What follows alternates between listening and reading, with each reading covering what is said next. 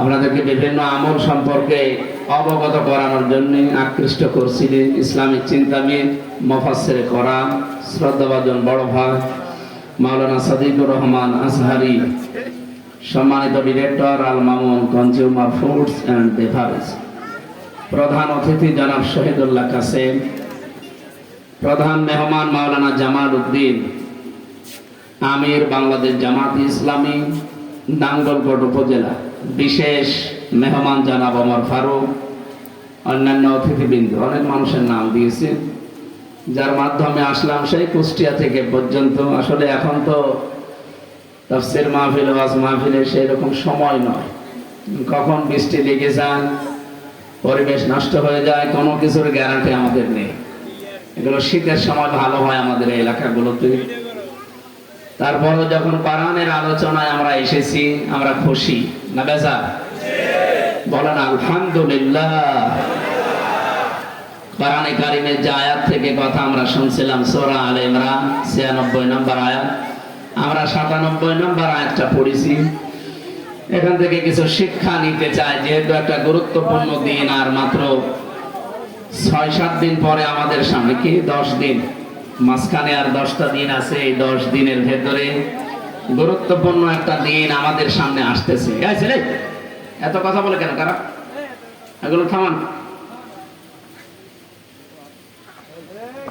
আমি যা আওয়াজ করি আমার চাইতে যদি উপরে আওয়াজ দেয়, আমি এখানে বসে বসে কি ঘাস কাটবো? হ্যাঁ, ওখানে কারোর জন্য কথা না বলো।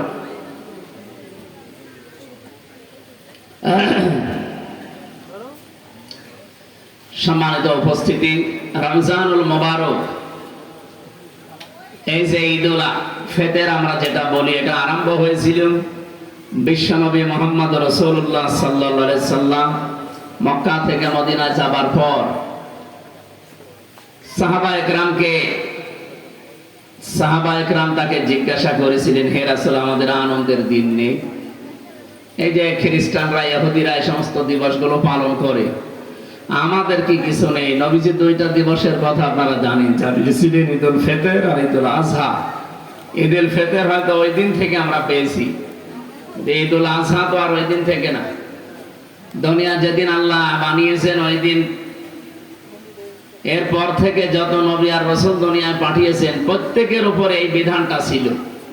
এই যে ঈদুল আজহা যেটা আমরা পালন করছি কুরবানির পশু জবাই করার মাধ্যমে, অন্যান্য নবীদের জামানায় কুরবানি এটা ছিল, কিন্তু পদ্ধতিটা আলাদা ছিল। আমাদের যেহেতু পশু জবাই করে খেলে ফেলার নিয়ম, অন্যান্য জামানায় যারা ছিল তাদের পশু জবাই করে এরকম ময়দানে রেখে আসা লাগতো। যার টাকা হালাল, যার কর্মজীবন পবিত্র, যার জীবন যৌবন সব ঠিক আছে, আকাশ থেকে আগুনের ঝলক এসে ওটা পুড়িয়ে ফেলত। আমার মনে হয় এখন যদি এই শরীয়ত আমাদের উপরে থাকতো, আমরা যে কত আল্লাহর ওলি ধরা খেতাম।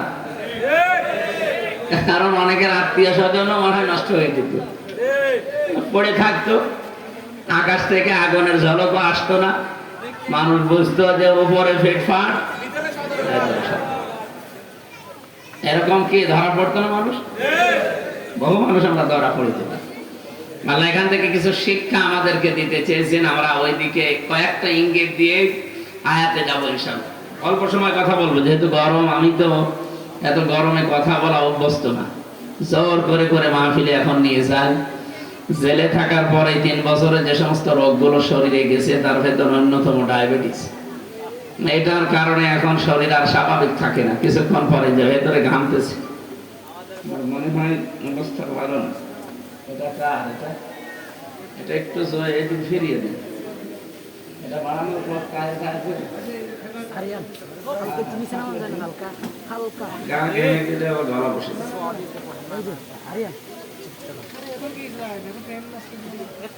যার কাজ সে করবে, আপনারা এদিকে খেয়াল করেন। আল্লাহ রাব্বুল আলামিন বলেন, ওয়াতলু আলাইহিম নাবা বানাই আদম বিল হক। হে নবী, আপনি আপনার উম্মতদেরকে আদম নবীর 2 সন্তানের কাহিনী এটা যথাযথভাবে তেলাওয়াত করে শোনাবেন। এই সত্য কাহিনীটা বলেন তো একেবারে পৃথিবীর প্রথম দিকের এই কাহিনীটা। আর আমরা এই যে কিয়ামতের আগে আছি, এতদিন পরে কাহিনী আমাদেরকে শোনাতে বললেন, অবশ্যই এর ভেতরে কোনো কারণ নেই। বলেন বলেন, কত সূক্ষ্ম ভাবে শব্দগুলো আল্লাহ বাছাই করলেন। প্রথমেই দিলেন অতলু, তেলাওয়াত করে শোনা। তেলাওয়াত আর এমনি পড়া এক জিনিস না। কেউ যদি কোনো কিছু তেলাওয়াত করতে চায়, কমপক্ষে 4টা বিষয় তাকে মানা লাগবে। আমরা এই যে কোরআন শরীফ পড়ি না কোরআন শরীফ তেলাওয়াত করি? বলেন বলেন। কোরআনে কারীম যদি কেউ তেলাওয়াত করে, 4টা বিষয় মাস্ট বি তাকে মানা লাগবে। 1 নম্বরে তাকে শুদ্ধ করে পড়া লাগবে। ওয়ারাতিলিল কোরআনা তারতিলা। কোরআন যেমনে সেমনে পড়লে হয় না, তারতিলের সাথে পড়া লাগে। এমনকি কোরআন শরীফ যদি কেউ তারতিল বাদ দিয়ে পড়ে, কোরআন নিজে তার উপরে লানত করে। বলেন নাউজুবিল্লাহ।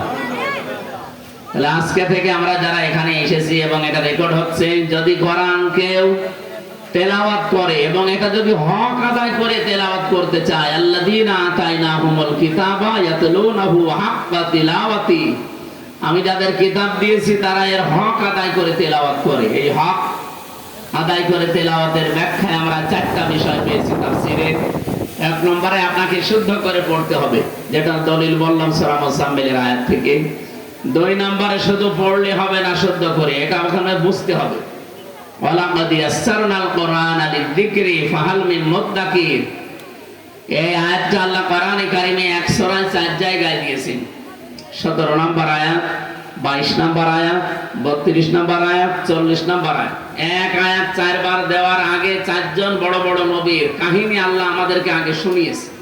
আপনি সূরা কলমের এই পুরাটা তাফসীর পড়ে দেখবেন, গুরুত্বপূর্ণ 4 জন নবীর ধ্বংসের কাহিনী আল্লাহ আগে বর্ণনা করেছেন। এরপরে বলেন ওয়ালাকাদ ইয়াসসারনাল কুরআনা লিযিকরি ফাহাল মিন মুদ্দাকির। অবশ্যই কোরআনে কারীমকে আমি সহজ করে দিয়েছি উপদেশ নেওয়ার জন্য। এরপরও কি কেউ উপদেশ নিতে এখান থেকে রাজি না? তার মানে আপনাকে কোরআন শরীফ শুধু পড়ার জন্য আল্লাহ দেয়নি, শুদ্ধ পড়ার পর এটা আপনাকে বুঝতে হবে। এর ভেতরে যত ঘটনা প্রবাহ আছে, তথ্য অপাত্য আছে, এগুলো নিজের জীবনে এরকম সময় যদি আসে, ওভারকাম করার জন্য নবীজির যে নির্দেশ ছিল এই আয়াতের, ওই আয়াতগুলো আপনাকে জীবনে মানা লাগবে। 3 নম্বরে, শুধু নিজে পড়লে হবে না, শুধু বুঝলেই হচ্ছে না। যতটুকু মানুষ বুঝবে অতটুকু যেন নিজের জীবনে বাস্তবায়ন করে, কায়েম করে। আমি একটা হাদিস পড়েছিলাম, হযরতে ওমর রাদিয়াল্লাহু তাআলা আনহু, তিনি সূরা নাস আর ফালাক এই দুইটা তার জীবনে মিলাতে 11 বছর সময় লেগেছিল। মানে বাড়িতে সুবহানাল্লাহ বলবেন, টের পাচ্ছেন কি বললাম? এই দুইটা সূরা পড়তে 11টা আয়াত। কয় মিনিট লাগতে পারে আমাদের? খুব বেশি হলো 1.5-2 মিনিট লাগবে। উনি মনে হয় আমাদের মতো এত জোরে পড়তে পারতেন না, নাকি? ওনার ভাষা আরবি, তো ওনার এত বছর লেগেছে কেন? কারণ নিচে আয়াত পড়তেন, আয়াত পড়ার পরে দেখতেন এটা আমার প্র্যাকটিক্যাল লাইফে আছে কিনা। যখন দেখতেন হ্যাঁ আমি পড়া শব্দগুলো আমার জীবনে মিলাতে পেরেছি, পরের আয়াতে যেতেন। আমরাও তো এভাবে পড়ি নাকি? আমরা শুধু খতমের গান্ধায় আছি। অনেকেই প্রতি মাসে মাসে 4-5টা করে খতম। আমি জেলখানায় থাকতে খালি এই অভ্যাস তো ছিল, কারণ আমাদের তো অন্য কিছু দিত না। কোরআন শরীফ একটা ছিল, আর বাকি কোন বই চাইলে 3 বছরের ভেতরে বই। এই যে এটি মাসুদুল ইসলাম কালকে মুক্তি পাবে, আল্লাহর এই বান্দার কাছে প্রায় 300-র উপরে বই আছে। এতদিন যারা ইসলামী আন্দোলনের ছেলে ছিল, তারা বের হওয়ার সাথে সাথে ওনার কাছে বই রেখে আসতো। মাওলানা মতিউর রহমান নিজামী রহমতুল্লাহ আলাইহি, শহীদ আব্দুল কাদের মোল্লা রহমতুল্লাহ আলাইহি, এরপরে যতগুলো মানুষ বিদায় নিল, এই মানুষগুলো তো বের হয়ে গেছে, আর কিতাবগুলো ওনাকে আসার সময় দিয়ে এসেছি। ওনার ঘরে আমি ঈদের দিন যেয়ে দেখি 300-র উপরে কিতাব একেবারে সাজানো। অথচ অন্য কারো ঘরে এত বই আমি পাই। কারারক্ষীরা যদি বলতাম যে সারাদিন তালা লাগিয়ে রাখেন 24 ঘন্টা, একটা বই এনে দেন পড়ি, বই এনে দেয় বঙ্গবন্ধুর আত্মজীবনী। ও পড়ে কোনো লাভ আছে? ক্ষতি ছাড়া। কি বুঝবো ওর ভেতর থেকে, আর কি জ্ঞান অর্জন করবো বলে? কারারক্ষী বললো পড়তো সব আল্লাহর ওলি, এরকম দেবদুলাল, সুব্রত বালা, আশিক কুমার, আজকে একটা রিপোর্ট পড়ার পরে আমি আশ্চর্য হয়ে গেছি। বাংলাদেশে সচিবালয়ে এই যে রিপোর্ট আছে এর ভেতরে একেবারে টপ টু বটম সবগুলো ওরা যে বলে যে আমরা সংখ্যালঘু, কে বলেছে আমরা সংখ্যালঘু? সংখ্যালঘু তো আমরা।